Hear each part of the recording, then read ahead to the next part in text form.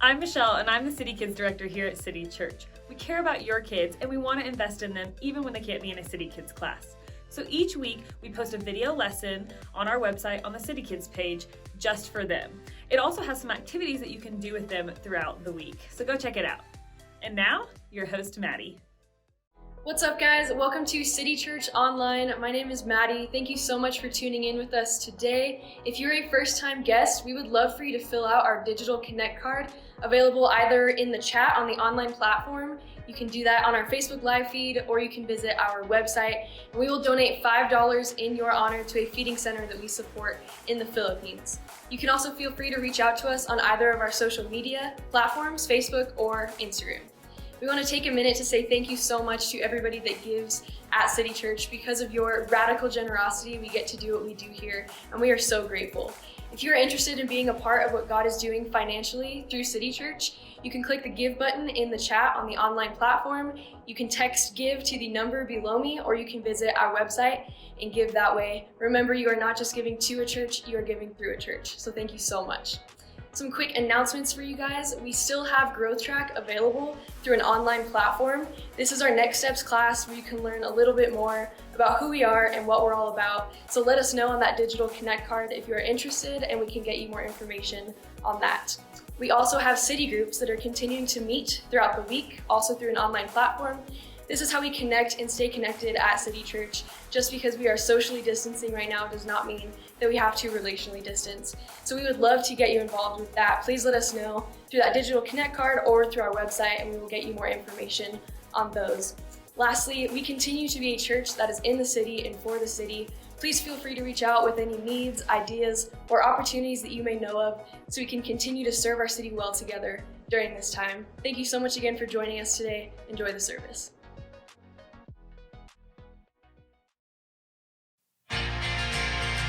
Hey, welcome to City Church. The chains are broken, the walls are torn down. Let's sing together.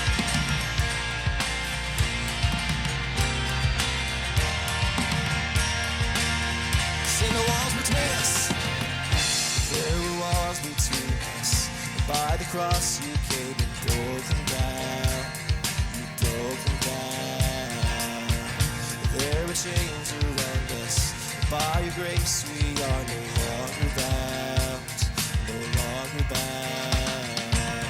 You called me out of the grave, you called me into the light, you called my name and then my heart came alive.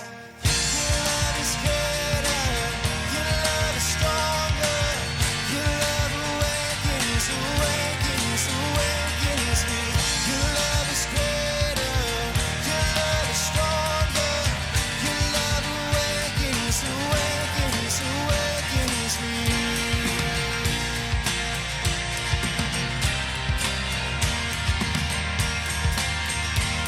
I say that, come on. Oh, feel the darkness shaking. All the dead are coming back to life. I'm back to life. Hear the song awaken. All creation singing, we're alive. 'Cause you're alive.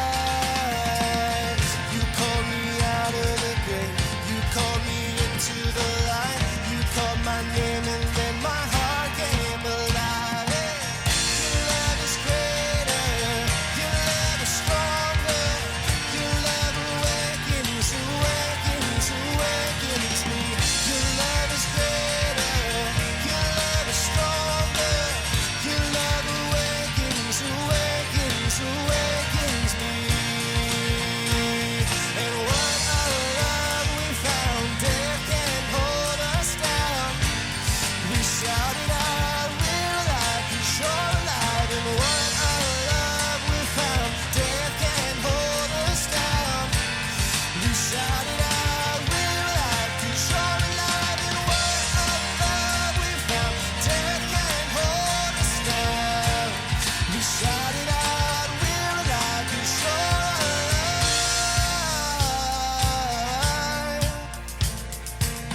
Your love is greater. Your love is stronger, your love awakens.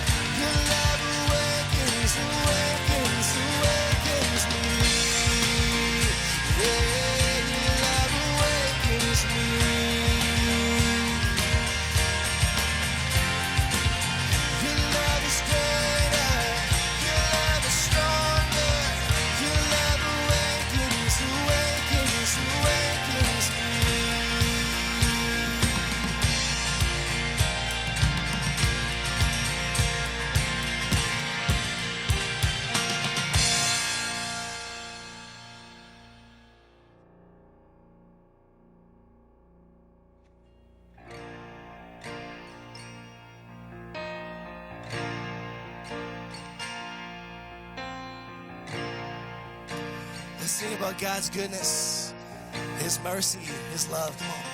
I love you, Lord.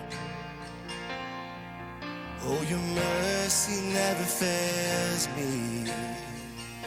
All my days I've been held in your hands. From the moment that I wake up until I lay my head, oh, I will see of the goodness of God. And all my life you have been faithful. And all my life you have been so, so good. With every breath that I am able, oh, I will see of the goodness of God. I love your voice. You have led me through the fire in darkest night. You are close like no other. I've known you as a father. I've known you as a friend. And I have lived in the goodness of God. And all my life you have been faithful. And all my life you have been so, so good. With every breath that I am able, oh, I will sing of the goodness of God. Yeah, your goodness is running after, it's running after me. Your goodness is running after, it's running after me. With my life laid down, I'm surrendered now. I give you everything. Your goodness is running after, it's running after me. I know that your goodness is running after, it's running after me. Your goodness is running after, it's running after me. With my life laid down, I'm surrendered now. I give you everything. Your goodness is running after, it's running after me.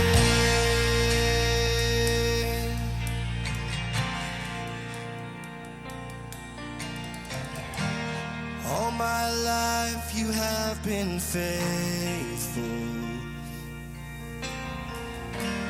All my life you have been so, so good.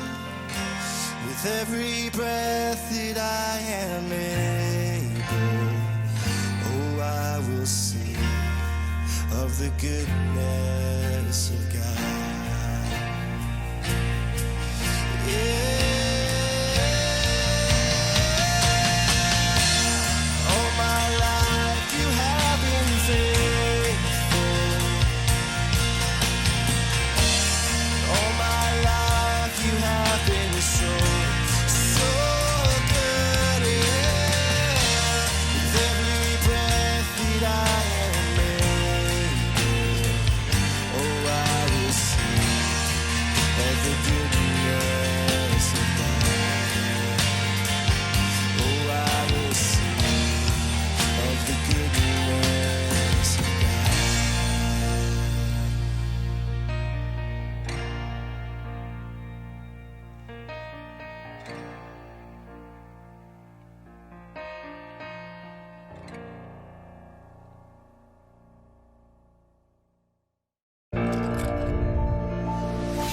We have been everywhere. From the highest peaks to the deepest fathoms. We have seen everything, from the smallest elements to the farthest corners of space.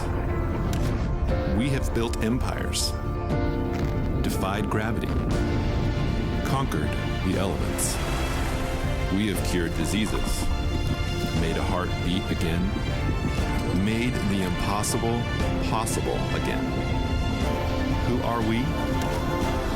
We are humanity, and there is no limit to what we can accomplish together.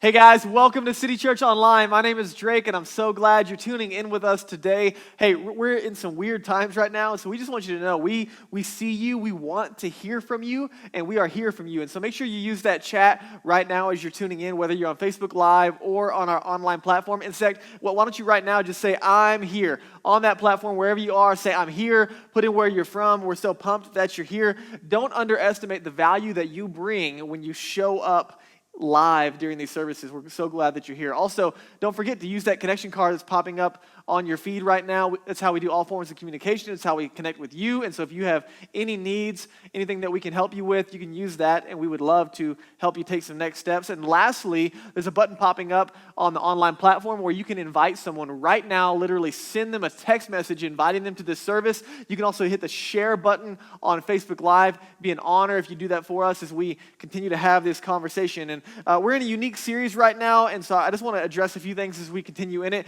If you're a follower of Jesus, if City Church is your home, I want to encourage you, lean in, take notes, and embrace the uncomfortable and a little bit unsettling nature of the conversations that we're having, because it's going to make you better, and we're going to be better equipped to serve those around us. And I want you to start thinking, who has God put in your path, or who could be coming in your path that you have the opportunity to invite to watch this and begin some dialogues around what we're talking about and see how God might use it. And so also, if you're not a follower of Jesus and you're tuning in and you're like, yeah, I'm kind of like spiritually neutral, or I'm not really sure where I am, or I'm apathetic or agnostic, if you've walked away from faith, or you're thinking about walking away, or you're on the outside looking in, no matter where you find yourself, just want you to know, man, this series is for you, this conversation is for you, and we are so, so glad that you're tuning in. Before we get started, I want to give you a few things going on as we move into this new month, and a lot of cool stuff happening in our city. And so in the middle of what we're doing on the weekends, we are still a church in the city and for the city. And so just an encouragement to you, we gave away $3,000 to our friends at Crestview Elementary last week to serve and help some needs in families through that platform. And we're so grateful. If you're a part of that, can we just give them a hand right now, like on your couch right now, even if no one else is with you, put it together for the radical generosity of this family and this team. So grateful for you. Also, if you tuned in as a guest on Easter, you're a part of that, and we donated $100 in your honor. So thank you so much for being a part of that. Also, some cool stuff coming up. We want to empower you in this season. If you want to be a part of making a difference, on May 2nd, we're doing a food and supply drive. That's going to be on a Saturday from 10 to 2. Super safe, super clean. You can drive through, drop off the supplies. We're going to have more information coming out on all of our social media platforms here soon. But if you want more information, you can let us know on that connection card to be a part of making a difference with EFA and the Boulder Homeless Shelter and Harvest of Hope here in Boulder to meet some really practical needs. And we're doing that with 6 or 8 other churches in the area, so it's really a collective citywide thing, and we want you to be a part of it, okay? Also, Mother's Day weekend is coming up, so dads, you're welcome. Just reminded you, make sure you're planning something special for mom, but so are we. We want to help you out on Mother's Day weekend. It's going to kick off on the 8th. That's a Friday. We're doing free Dunkin' Donuts and coffee for moms that morning on a Friday. You can check out more information as it comes out, but we're so pumped to just say, hey, thanks for being world changers. Thanks for holding us all together. You moms are crushing it, and we love you. And also, that night, May 8th, we're doing tentatively a drive-in movie on our property. And so we're talking with city officials and other people in our city to make sure that this is going to be okay. But in the meantime, we're planning on May 8th doing this drive-through. We want you to be there. It's going to be awesome. Staying in your car. We're going to have hopefully one of the new movies is kid-friendly coming out. It's going to be great. And we would love to invite you to join us. And dads, if you're smart, you'll leave mom at home with a glass of wine and a good movie for her, and you'll take the kids up here to watch that movie, okay? So you're welcome again. So those are things going on just in the near future of how we're serving our city. So as we get into the conversation today, last week we kind of introed the conversation of what it would look like if we embrace a godless or a creator-less universe. And so if we're all just chemistry, if we're all just biology, then there's some unsettling conclusions that leads to, and it kind of leaves us in this scenario of despair. Still, if you're honest, if you kind of move over to the other side of religion or you get closer into the Christianity conversation, there's still some unsettling things associated with Christianity. And so you have two kind of tensions, if you will. There's like despair on the one side, and then there's doubt on the other. And so maybe you're listening to this and you're like, man, I kind of want to land in the middle. Like I see the doubts and I don't want to necessarily embrace despair. And so there's a tension. So here's what I want you to do. We're just going to have some participation today to make this a little more engaging. And so if you're sitting, no matter where you are right now, just say, this is awkward. Awkward silence right here for you. Say it again. This is awkward. If you're by yourself, say it extra loud because that's super awkward, okay? So glad you're here. This is an awkward conversation, and there's some tension that we're embracing. And so maybe you're hearing this conversation, and you're like, man, I kind of feel stuck in the middle. And I just want you to know, between despair and doubt, you are not alone. And so what I want to do is embrace the tension today and wrestle through some of the doubts, if you will, and where those come from and where they originate. And so I don't know, what your story has looked like and where you're coming in. Maybe you grew up in and around it. Maybe you're new to faith altogether. Maybe you're skeptical on the outside. Like, I don't know what your story looks like, but I found that in a lot of my conversations, a lot of the hang-ups, a lot of the doubts, they actually come from things that Jesus never actually said. A lot of those things are from something else that someone else told you about, and a lot of times it brings up this idea in my mind of like, who told you that God was like that?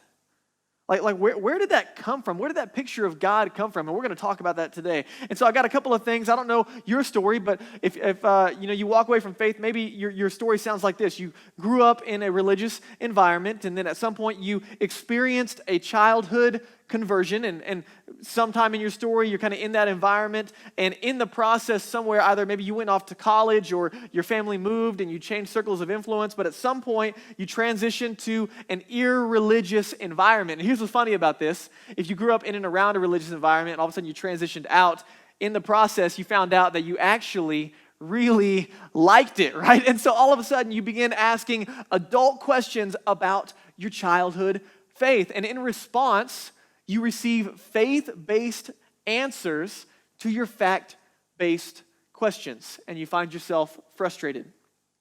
And so maybe after some of that tension starts to unravel, you find yourself in a place where you say, you know what, one day it kind of dawned on me that I didn't believe anymore.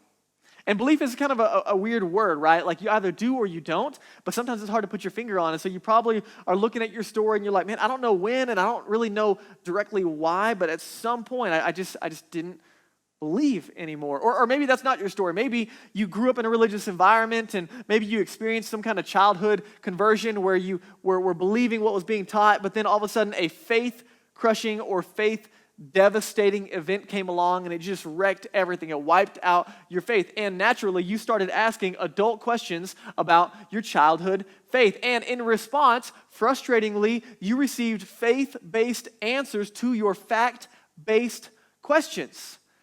And maybe if you're in that camp, you looked up one day and you'd say, man, one day it dawned on me that I couldn't believe anymore. It's not that I didn't want to, but I couldn't reconcile what I was taught and what was going on in my present reality. I couldn't deny reality, and so I couldn't believe anymore. Or maybe your story is totally different. Maybe you have a hybrid of a story. Nothing bad or crazy happened, and maybe you grew up in it or around it, or maybe you grew up outside of it completely, but you just simply started asking questions. And you were presented with a version that you struggled to believe in, and as you were asking questions, you weren't getting adequate answers, and so you either walked away or rejected that idea of God. And here's what I found. There's typically two things at the center of stories of people who either walk away from faith or are rejecting faith. There's typically two characteristics, if you will, of reasons kind of in the background of why people walk away. And here's the two things. There's always a somebody told me so God, and there's always a Bible tells me so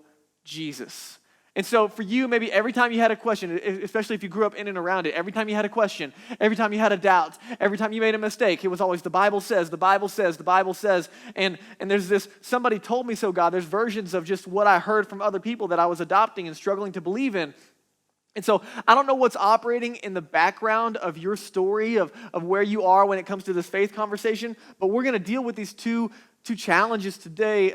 First of all, that somebody told me so God, and then actually next week we're going to deal with the Bible tells me so Jesus. And so as we get into it today, I don't know what you grew up with and what you heard, but you embraced some kind of idea based on what people were teaching you and what they were saying. But I think Karen Armstrong, who wrote The Case for God, she offers some powerful insight into the tension that we feel as we have this conversation, this somebody told me so God. And here's what she says. She says, many of us have been left stranded with an incoherent concept of God. We learned about God about the same time that we were told about Santa Claus. But while our understanding of the Santa Claus phenomenon evolved and matured, our theology remained somewhat infantile. And then not surprisingly, when we attained intellectual maturity, many of us rejected the God we had inherited and denied that he existed.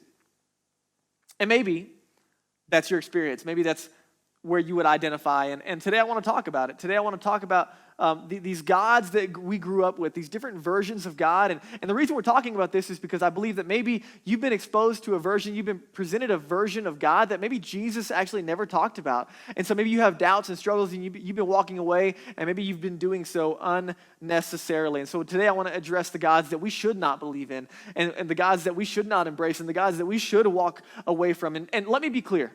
This does not mean that there is not a God who does indeed exist. We're simply looking at the ones that maybe be creating doubt in our lives and in our faith journey. So the first one, we're going to have some fun with this, okay? The first God we're going to look at when it comes to this conversation of who told you that is bodyguard God. Everybody say bodyguard God.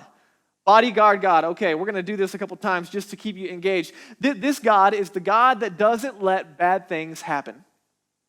And I want you to know that no one has ever, by the way, no one has ever made this argument that I'm about to give you. No one has ever made the following argument. A good God would never let bad things happen to good people. And so since bad things never happen to good people, there must be a good God. No one has ever in the history of humanity made this argument. Now, there's an assumption that we take this conversation, we turn it around and say, okay, because bad things happen, God must not exist. But there's a problem with this. Here's my question for you. Who told you that? Who told you God operates like this? Here's the ironic thing, that Christianity, it actually started with a really horrible thing happening to one of the best people that have ever lived. And so if we were to take this argument and Christianity would have embraced it in the first century, it would have never made it out alive because all of the heroes of the faith, all of the early followers of Jesus, they were treated terribly by the cultures around them, and many of them were murdered for their faith. And so there was never a presentation of bad things can't happen if there is a good God. And so for the record, no one has ever built a case for God based on the lack of evil in the world. And so I don't know where you got this, but here's the deal. Listen, I just want you to know you did not get it from Christianity. You did not get it from Jesus. And so if you lost faith in bodyguard God, good, because he doesn't exist, okay? And so maybe you've had the wrong version and you've been struggling. Here's the second one. The second one we're going to do is on-demand God. Everybody say on-demand God. Or like I like to call him Disney plus God. Everybody say Disney plus God. Okay, everybody, listen, this one's funny. This is the way we wish God was, and we treat God like this a lot. This is like God is a genie, or he's like the evening star from Princess and the Frog, right? And this is the God who responds to, and hear me, this is the God who responds to fair and selfless requests in the same way that we would.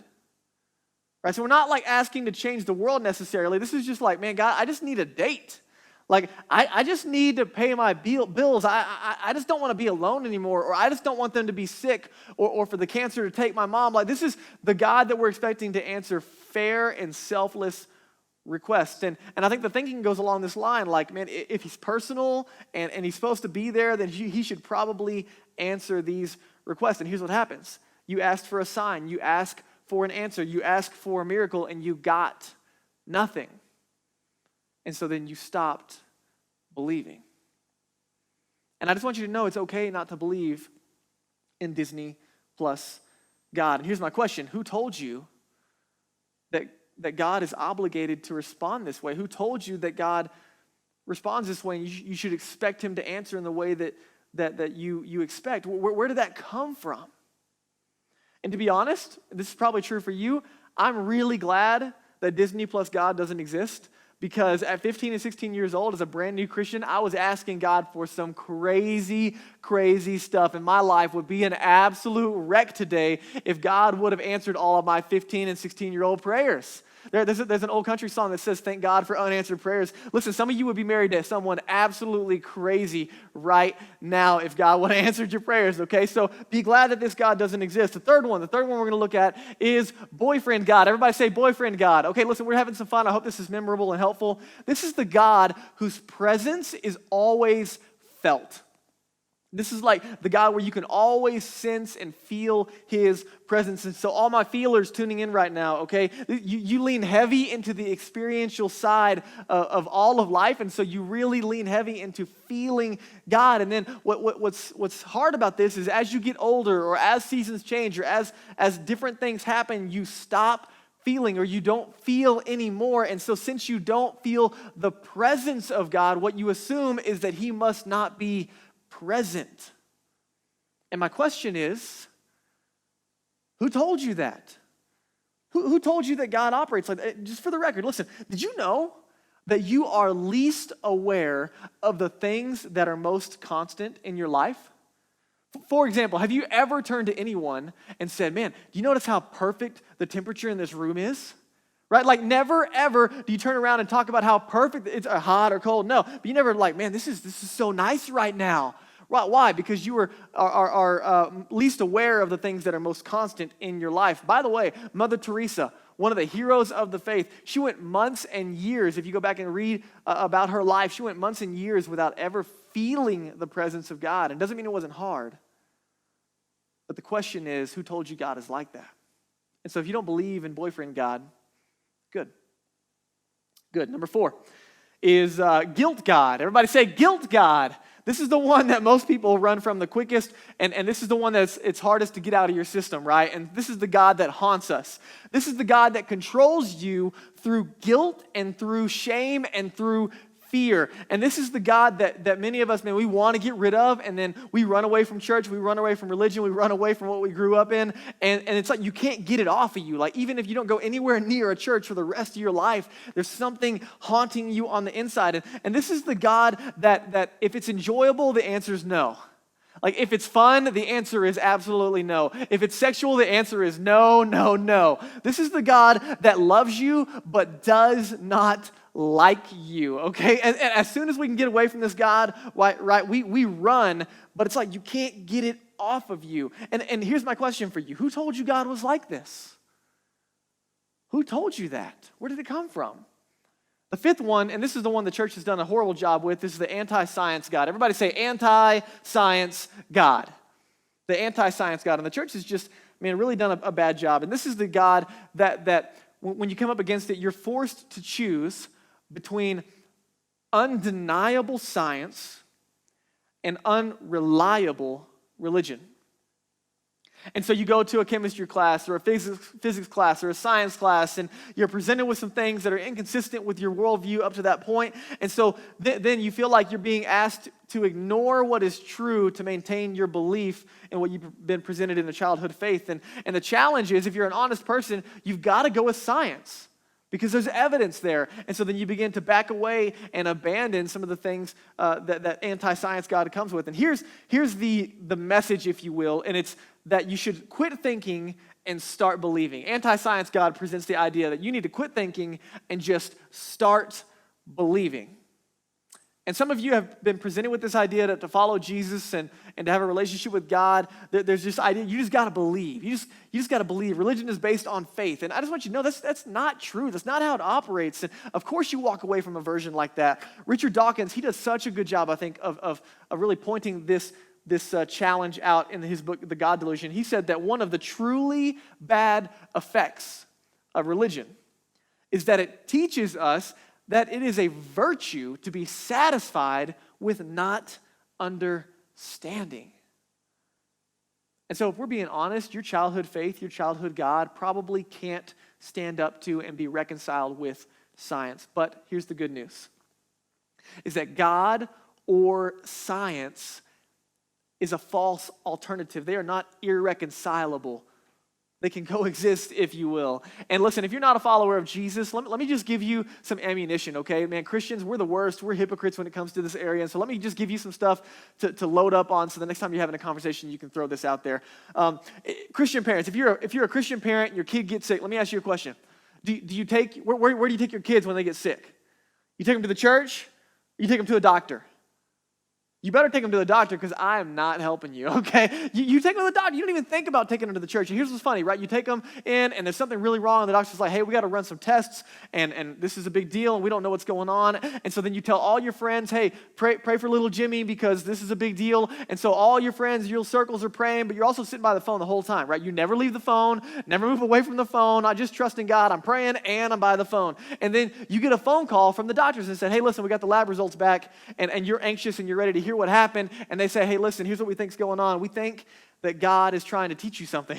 Right? No, right? They come back with results for you and some next steps, if you will. And here's the ironic thing, right? If we lean into science, and this is where Christians are crazy hypocritical, if we lean into science for our health, why reject science for anything else?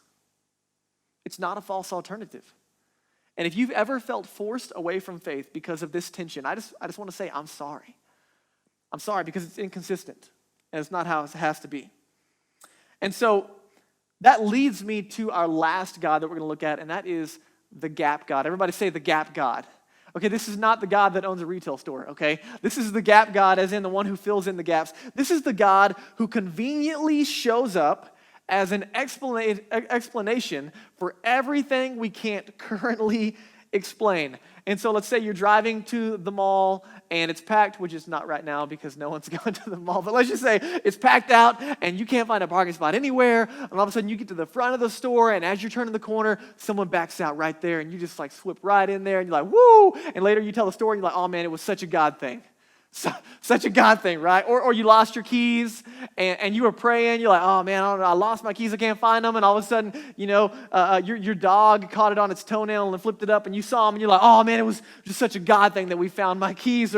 Or you prayed for a day of sunshine and you're out hiking and it was going to drizzle, and all of a sudden, you're praying for sunshine and the sun comes out, and you're like, oh man, it was such a God thing. And you look at those stories and you're like, yeah.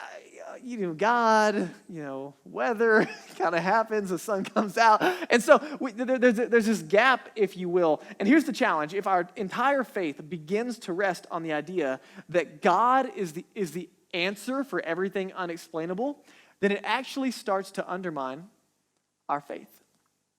And here's why. Because the list of things that are unexplainable, they're getting smaller and smaller and smaller. And the list of things that can be explained is getting bigger and bigger. And you're glad about that, right? Like, you're grateful that the list of things that we can explain is getting bigger. You hope, I know this, listen, regardless of where you are, you hope that we can eventually cure every disease. Everyone on the other side of this conversation absolutely hopes that. And so here's the challenge, is that unexplainable today may be explainable tomorrow.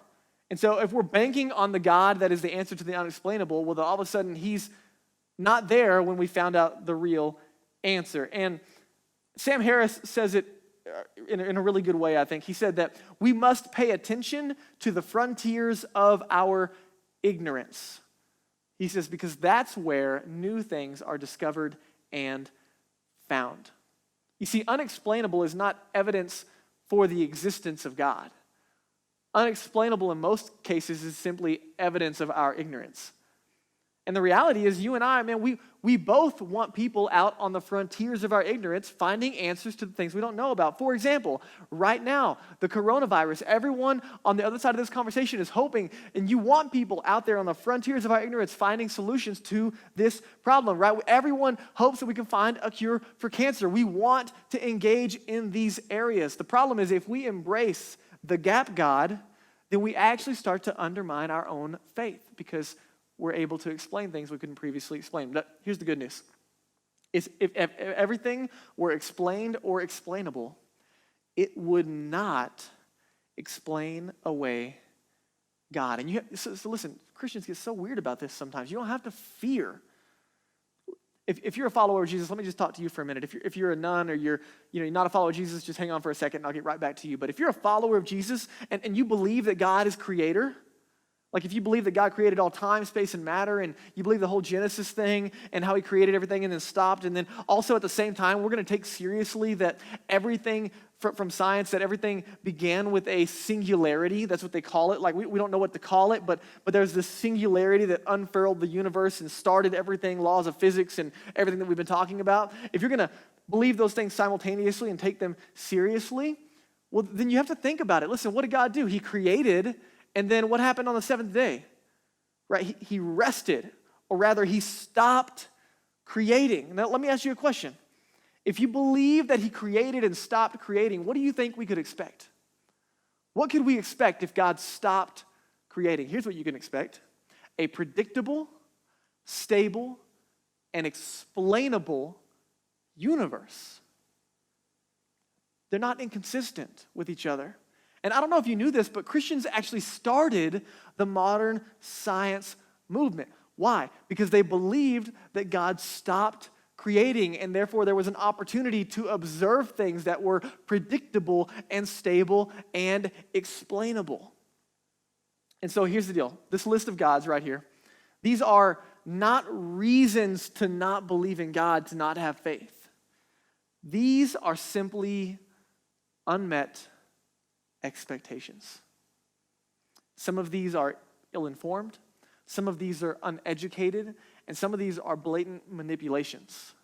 But here's my question for you, is that where did your view of the God that you struggle to believe in originate? Or maybe a different way to say it is, where did your view of the God that you quit believing in originate?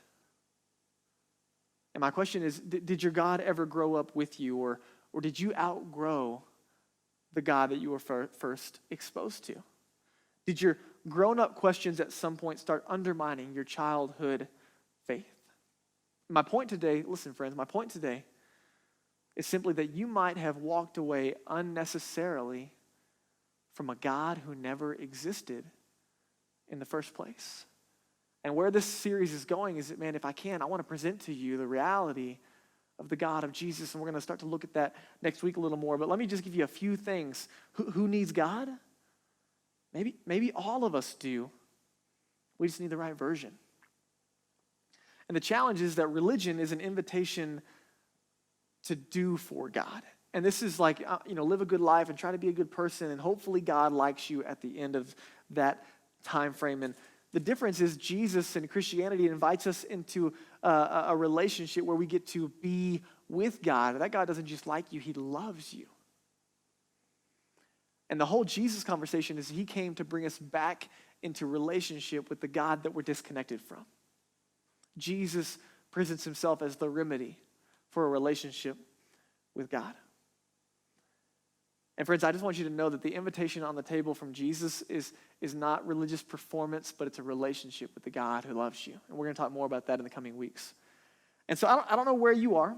I don't know where you're walking into this conversation, but maybe you're a nun, or maybe you're kind of in the middle of that despair and doubt conversation, and you're not sure where you land on this entire conversation, but you walked away, or you're thinking about walking away, or you're skeptical. And maybe today some of your struggles were with a God who never existed in the first place. And maybe for the first time you're realizing like some of the doubts and some of the what ifs and some of the road bumps have been there unnecessarily because you were presented with a version that never existed in the first place. And maybe you're on the other side of this conversation and you're like, Drake, I don't know if I'm ready to like trust in Jesus. I don't know if I'm ready to give my life to Jesus, but I want to lean in, and I'm realizing that I don't know, maybe God is for you. Maybe you're realizing that maybe he loves you. Maybe the reality is maybe you can have a relationship with him. And I want you to know, no matter where you are, you can use that digital connection card, and we would love to continue this conversation. And maybe you're on the other side of this and you've never responded to the invitation to have a relationship with God that Jesus has put in front of us. And maybe for the first time you're realizing, first of all, that you're invited, but that you want to respond to that invitation, that you actually want to give your life to Jesus today. This is not just like an I hope so hope or a faith that you have to try really hard to believe in, but this is simply trusting that Jesus is who he said he was and that he did what he said he would do. And so if you're ready to give your life to Jesus today, you want to follow Jesus along with others today, you can use your digital connection card and let us know, and we'd be happy to follow up with you and help you walk through that decision and celebrate with you. And maybe you're a follower of Jesus today and you're tuning in and you're like, man, my faith is strong, my relationship with God is strong, but maybe as we're having this conversation, you realized that you've allowed some false versions of God to creep into your faith journey. Or maybe immediately you started thinking about friends and family and coworkers and neighbors who are struggling with some of the gods that don't actually exist. And here's my challenge for you. If you're a follower of Jesus today, here's what I want you to do. This week, I want you to invite one friend to watch this message with you and then have some dialogue after the fact. And here's the question I want you to ask yourself, and I want you to invite them to answer as well as you have this dialogue. Which version have you been struggling with the most? And maybe God will open up some opportunities for deeper dialogue, that maybe the God that Jesus invites us to know is different than anything that we've experienced up to this point. So I want to say thank you for joining in. Thank you for taking the time to have this conversation. We are here for you. We love you, and we can't wait to connect. Thanks for tuning in, guys. Hey guys, thank you so much for joining. We would love to help you take next steps. Click those action buttons and we'll be sure and follow up with you.